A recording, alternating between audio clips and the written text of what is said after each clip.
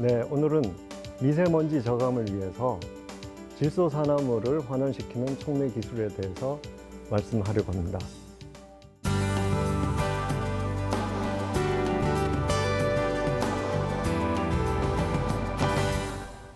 안녕하십니까. 한국과학기술연구원 첨단소재기술연구본부의 하헌필입니다. 먼저 미세먼지에 대해서 알아보도록 하겠습니다. 미세먼지는 대기 중에 떠다니거나 흩날려 내려오는 입자상 물질을 의미합니다. 보통 석탄, 석유 등 화학연료를 태우거나 공장, 자동차 등 배출가스에서 많이 발생합니다. 저는 지금까지 설악산을 한 2,000번 정도 등산을 해왔었는데요. 2016년 우연히 아주 좋은 기회에 미세먼지 구름대가 움직이는 바운더리를 볼 수 있게 되었습니다. 제가 그 중간에서 사진을 찍게 되었는데요. 미세먼지 띠가 오는 오른쪽에서는 저 우측에 보듯이 아주 고농도의 미세먼지들이 보이고요. 왼쪽에는 아주 맑은 하늘을 볼 수 있을 것입니다. 이 고농도 미세먼지는 이렇게 기후의 영향을 많이 받게 되고, 또한 한편 최근의 연구 결과에 의하면은 중국에서 발생을 해서 이쪽으로 한국 쪽으로 와서 거기서 조금 더 생성돼서 동해안 쪽으로 이제 움직이는 그러한 과정들을 저희가 증명한 바가 있습니다. 이 중 미세먼지는 사람 머리카락 지름의 5분의 1 내지 7분의 1 정도로 작고, 특히 PM2.5라고 일컬어지는 초미세먼지는 약 20분의 1 내지 30분의 1에 불과할 정도로 아주 작습니다. 눈에 잘 보이지 않을 만큼 매우 작다 보니 대기 중에 오래 머물러 있다가 호흡기를 거쳐 폐 등에 침투하거나 혈관을 따라 체내를 이동하여 돌아다님으로써 건강에 나쁜 영향을 미칠 수 있습니다. 이렇게 1차적으로 큰 미세먼지가 점점 작아져서 초미세먼지를 이루는 이런 경우에는 우리가 1차 미세먼지라고 부르고요. 또한 2차 미세먼지 생성은 가스상들이 서로 광화학 반응을 하여서 이런 것들이 점점 커집니다.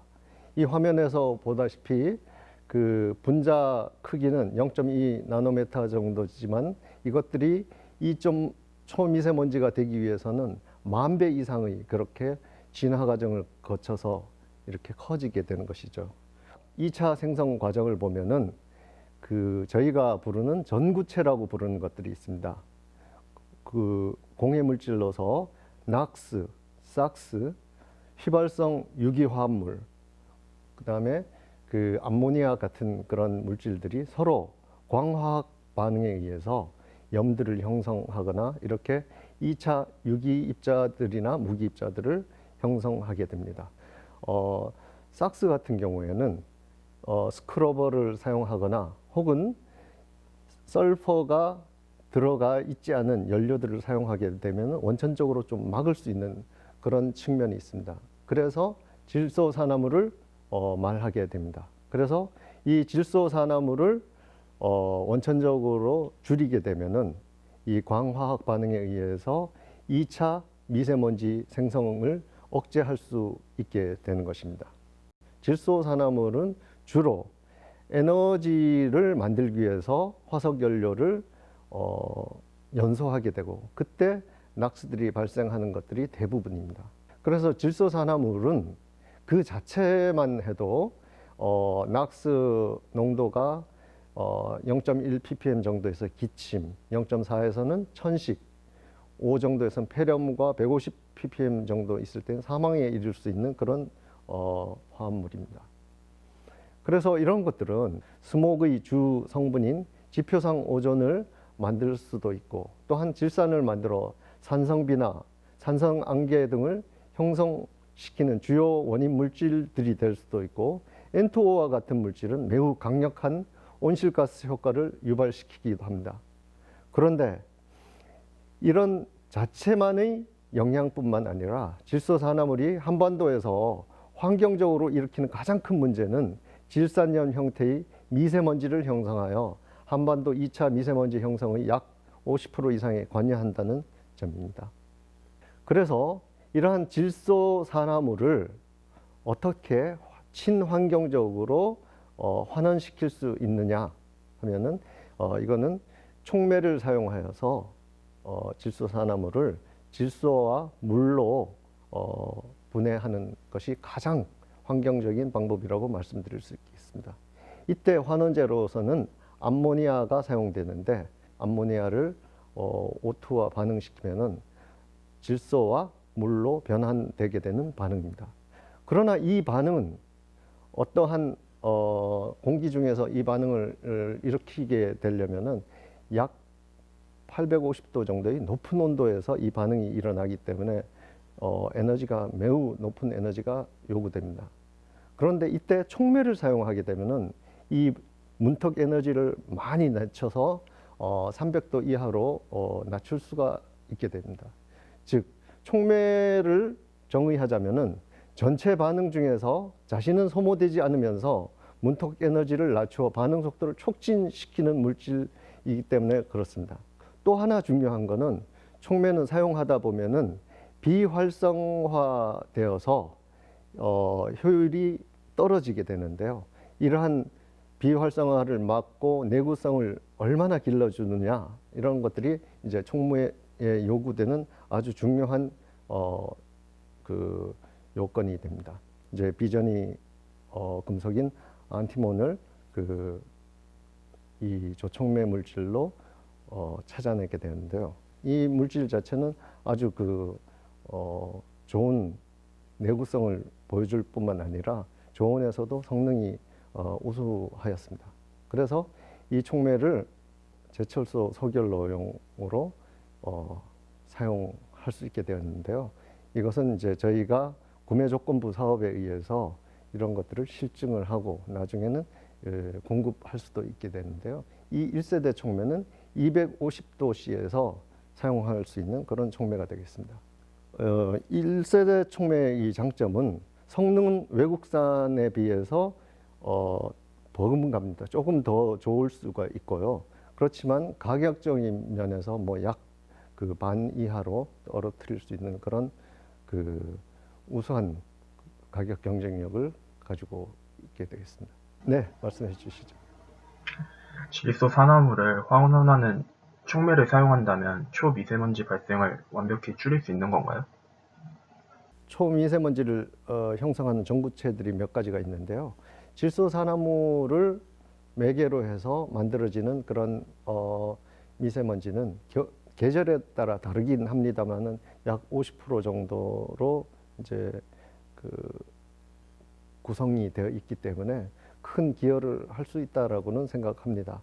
그렇지만은 그런 것들을 이제 줄이기 위해서는 황산화물이나 휘발성 유기화합물, 암모니아 등도 배출에 아주 신경을 써 주시고 그런 것들을 줄여 주시는 그런 노력들이 같이 협업이 돼야지 많이 줄일 수 있다고 생각합니다. 촉매 기술의 관점에서 보면은 이 배기가스를 처리해야 되는 온도가 굉장히 낮은 경우가 많습니다. 그때는 촉매가 낮은 온도에서도 작동을 할 수 있어야 되기 때문에 저온 촉매 개발이 필요하고요.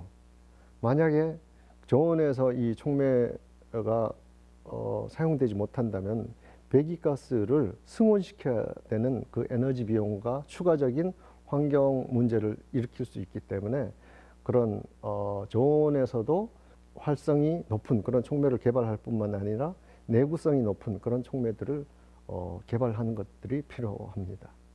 이 1세대 촉매를 개발한 그 연구 경험에 위해서 다시 2세대 이제 촉매를 개발하게 되는데요. 이때는 앞에서 말씀드린 것과 같이 산화 환원 능력들을 극대화시킬 수 있도록 저촉매를 더 첨가하고 또한 표면을 개질해주는 그런 방법을 사용했습니다.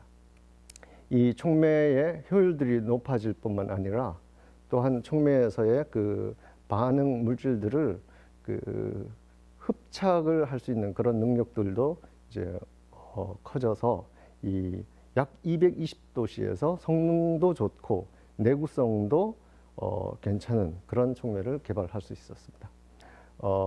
그때 2016년부터 그 대형 선박 엔진들에 대해서 연안에